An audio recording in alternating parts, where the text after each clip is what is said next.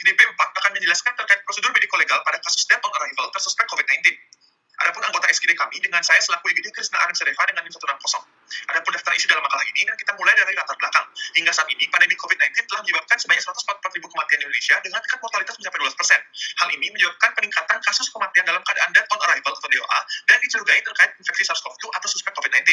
Kasus DOA dengan suspek COVID-19 memerlukan tinjauan terkait aspek dan prosedur mediko-legal yang disebabkan karena kasus ini dapat menyebabkan peningkatan risiko penyebaran virus SARS-CoV-2 akibat penelaksanaan yang kurang tepat, serta dikaitkan dengan tata laksana khusus yang berkaitan dalam aspek safety, tracing, serta dalam proses penyelidikan hukum. Beranjak dari hal tersebut, penulis akan membahas terkait prosedur mediko-legal pada kasus death on arrival pasien suspek COVID-19 dalam bentuk sebuah tujuan pustaka. Adapun rumusan masalah, tujuan penulisan, dan manfaat penulisan pada makalah ini. Perkenalkan, nama saya Agung Gerah, Perdana Anatadipa dengan 3 NIM digit terakhir 208. Jadi di sini saya akan menjelaskan definisi dari mediko-legal. Adapun berdasarkan KBBI, mediko-legal itu memiliki arti berkaitan baik itu dengan kesehatan maupun dengan ilmu hukum. Adapun mediko-legal ini merupakan kata sifat yang tidak bisa berdiri dengan sendirinya, yang dimana contohnya seperti aspek mediko-legal, adapun juga studi mediko-legal, dan juga laporan mediko-legal. Adapun mediko-legal ini memiliki arti yang dimana merupakan suatu bidang interdisipliner antara ilmu kedokteran dan ilmu hukum, yang dimana mediko-legal ini menggunakan ilmu dan teknologi kedokteran atas dasar kewenangan yang dimiliki untuk kepentingan hukum dan untuk melaksanakan peraturan yang telah ada. Perkenalkan, saya Ayu Mertasari dengan 3 digit yang terakhir 113. Peraturan perundang-undangan pertama yang mengatur prosedur mediko-legal pada kasus death on arrival suspek COVID-19 adalah Keputusan Menteri Kesehatan Republik Indonesia nomor HK.1.07/4641/2021 yang di dalamnya terdapat kriteria suspek COVID-19. Untuk protokol penapisan tubuh jenazah, protokol kesehatan seperti kriteria APD, sampai mengidentifikasi ada atau tidaknya tanda-tanda kekerasan atau kematian tidak wajar, diatur dalam KMK RI nomor HK.1.07/4834/2021. Jika diperlukan, otopsi dapat dilakukan dengan mengikuti aturan yang tertera pada pasal 133 dan 134 Kitab Undang-Undang Hukum Pidana. Saya Vicky Samantha dengan 3 digit NIM terakhir 079. Kasus COVID-19 diklasifikasikan menjadi 3, kasus suspek, kasus probable, dan kasus konfirmasi. Pada kasus suspek, yang dapat dimaksud adalah orang yang memenuhi salah satu kriteria berikut. Yang pertama, memenuhi salah satu kriteria klinis berikut: demam akut dan batuk, atau mengalami minimal 3 gejala berikut: batuk, demam, lemas, sakit kepala, nyeri tenggorokan, pilek atau hidung tersumbat, sesak napas, anoreksia, atau mual atau muntah, diare, nyeri otot, atau penurunan kesadaran. Atau pasien yang ispa berat dengan riwayat batuk dan demam lebih dari 38 derajat dalam 10 hari terakhir serta membutuhkan perawatan rumah sakit, atau anosmia akut tanpa pencetus lain, atau agusia akut tanpa pencetus lain. Kedua, memiliki riwayat kontak dengan kasus probable atau konfirmasi COVID-19 atau kluster COVID-19 dan memiliki kriteria klinis yang sudah disebutkan. Ketiga, hasil pemeriksaan dan RDTAG positif dan tidak memiliki gejala serta bukan merupakan kontak erat. Lalu untuk death on arrival adalah istilah yang berarti seorang pasien datang ke rumah sakit sudah dalam keadaan meninggal dunia. Saya Giovan Kapanisha Purnama dengan 3 digit NIM terakhir 148 dan saya akan menjelaskan mengenai pemeriksaan jenazah death on arrival dengan suspek COVID-19. Pada pemeriksaan ini sendiri, cairan tubuh jenazah suspek COVID-19 belum secara jelas terlibat dalam penularan COVID-19, sehingga kontak tanpa pelindung dengan cairan tubuh lainnya dapat menyempatkan penyidik pada risiko tertular COVID-19 dan penyakit menular lainnya. Oleh karena itu, beberapa langkah yang dapat dilakukan untuk mencegahnya antara lain mengumpulkan informasi mengenai keadaan kematian, seperti pada praktik standar, menerapkan dan merencanakan langkah-langkah physical distancing, meminimalkan kontak dekat dengan siapapun di tempat kejadian termasuk anggota keluarga, orang yang bertanggung jawab dari orang yang meninggal dan juga saksi, serta mengatur jadwal wawancara pra-investigasi melalui telepon atau konferensi video jika memungkinkan. Perkenalkan, saya April dengan NIM terakhir 237. Jadi saya akan melanjutkan penjelasan terkait dengan pemeriksaan jenazah death on arrival dengan suspek COVID-19, di mana Keputusan Menteri Kesehatan Republik Indonesia salah satunya telah menjelaskan bahwa pasien yang meninggal di rumah sakit saat kedatangan atau death on arrival, jika dimungkinkan dilakukan swab atau penyelidikan epidemiologi keluarga atau kontak terdekat. Di mana hal tersebut dapat dijabarkan sebagai berikut, di mana jenazah suspek tidak diotopsi, maka akan dilakukan pengambilan swab nasofaring lalu dicek dengan RT-PCR sebagai baku emas dari pemeriksaan COVID-19. Kemudian pengambilan spesimen pada nasofaring apabila tidak dapat dilakukan, maka akan dilanjutkan dengan swab orofaring, nasal meturbunet atau nasal aspirate. Kemudian jenazah suspek yang dapat diotopsi, maka akan dilakukan pengambilan sampel di nasofaring dan kedua paru-paru, lalu dilakukan RT-PCR untuk mendeteksi COVID-19. Kemudian dilakukan pula pemeriksaan lain untuk mendeteksi adanya patogen lain yang mungkin menjadi penyebab kematian pasien. Kemudian pasien suspek meninggal dengan death on arrival (DOA) dan tidak dapat dilakukan pemeriksaan laboratorium RT-PCR, maka akan dilakukan pemulasaraan jenazah sesuai dengan tata laksana COVID-19 dan disertakan dengan lampiran bukti pelayanan pemulasaraan jenazah sebagai jenazah COVID-19 dan list data penyelidikan epidemiologi dari Dinas Kesehatan Daerah, Kabupaten, atau Kota. Perkenalkan, saya Samantha Lilian Cipto Putri dengan 3 NIM terakhir 066. Saya akan menjelaskan tentang sebab kematian atau cause of death.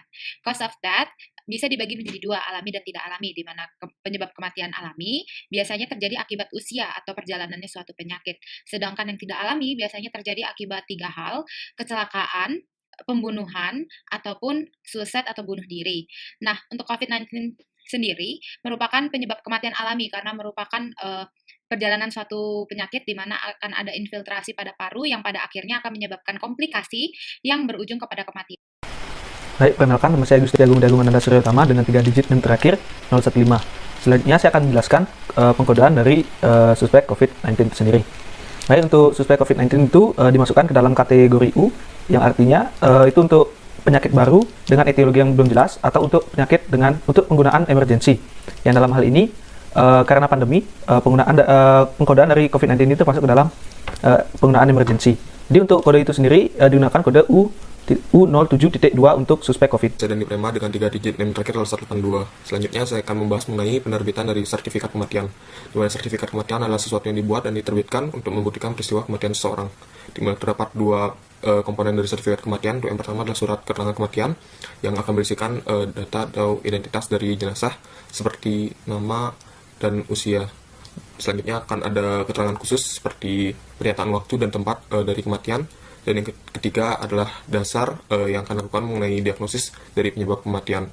Untuk komponen yang kedua terdapat formulir keterangan penyebab kematian yang dimana berisikan dua bagian. Untuk bagian pertama berisikan rangkaian peristiwa dari penyebab langsung dari kematian, dan untuk bagian kedua adalah penyebab yang tak langsung yang berkontribusi terhadap terjadinya kematian.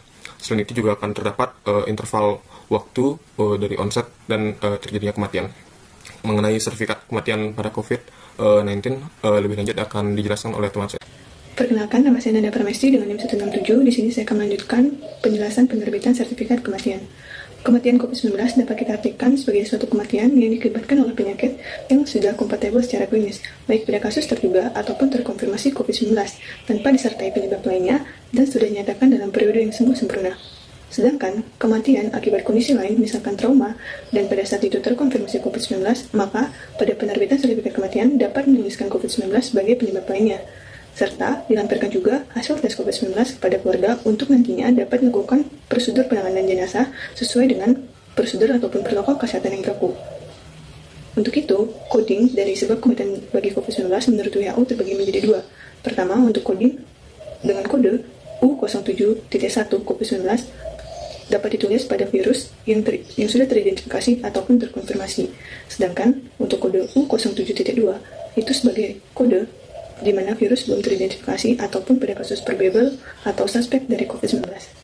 Selamat pagi, saya Justina Nathaniela, NIM 19025-11090. Untuk tata laksana penanganan dan penguburan jenazah DOA dengan suspek COVID-19 mengacu kepada keputusan Menkes RI nomor HK 0107/Menkes/4838/2021. Penanganan ini dilakukan sebagai salah satu upaya menekan penularan COVID-19 yang merupakan salah satu tujuan WHO memasukkan COVID-19 ke dalam kode U yang merupakan kode khusus. Prosedur ini dilakukan setelah prosedur mediko-legal dirampungkan, dimulai dari petugas menggunakan APD lengkap sebelum pemulasaraan, desinfeksi jenazah dengan larutan formaldehid 10% atau lebih, penutupan seluruh lubang tubuh jenazah dengan kapas yang dibasahi klorin 0,5%, penutupan bekas luka, serta pemandian jenazah menurut kepercayaan yang dianut jenazah. Selain itu, jenazah dimasukkan ke dalam kantong plastik tidak tembus air, didesinfeksi, kemudian dimasukkan kembali ke dalam kantong jenazah atau peti, dan tahap akhir didesinfeksi kembali. Perkenalkan, saya Ana Agung Ayu Vidya Penyandari dengan 3 digit NIM terakhir 232. Di sini saya akan melanjutkan presentasi dari Jocelyn. Jadi pada saat melakukan pemakaman, para petugas diharuskan untuk menggunakan alat pelindung diri yang menyesuaikan dengan ketentuan yang berlaku. Kemudian, penguburan jenazah hendaknya dilakukan dalam waktu kurang dari 24 jam sejak korban dinyatakan meninggal. Pemilihan tempat pemakaman dibebaskan, namun harus memenuhi syarat yang sudah ditetapkan. Bila dalam kondisi darurat dan mengharuskan jenazah untuk dikubur dengan jumlah lebih dari satu dalam satu liang kubur, itu diperbolehkan, namun harus disertai dengan identifikasi dan juga dokumentasi jenazah terlebih dahulu. Baik, perkenalkan nama saya Gita Pramesti dengan izin terakhir 044. Saat ini saya izin untuk menyimpulkan presentasi dari teman-teman SKDB 4. Jadi, pandemi COVID-19 yang merupakan pandemi global ini menyebabkan adanya kasus kematian dalam keadaan death on arrival atau DOA dengan suspek COVID-19, di mana dalam kasus ini memerlukan penata laksanaan yang khusus dengan memperhatikan aspek dari penilaian bahaya infeksi atau tracing, keselamatan tenaga kesehatan dan juga masyarakat atau safety, serta memudahkan proses penyelidikan hukum oleh pihak yang berwenang. Adapun prosedur mediko-legal dalam kasus death on arrival dengan suspek COVID-19 ini meliputi pemeriksaan jenazah, penentuan cause of death, penerbitan sertifikat kematian, serta penata laksanaan jenazah yang meliputi pemulasaraan sampai pemakaman, di mana dalam pelaksanaannya dengan tetap memperhatikan keselamatan dan juga dari tenaga kesehatan yang terlibat, serta dengan tetap mementingkan nilai-nilai kemanusiaan. Mungkin sekian dari presentasi SKDB 4. Terima kasih atas perhatiannya.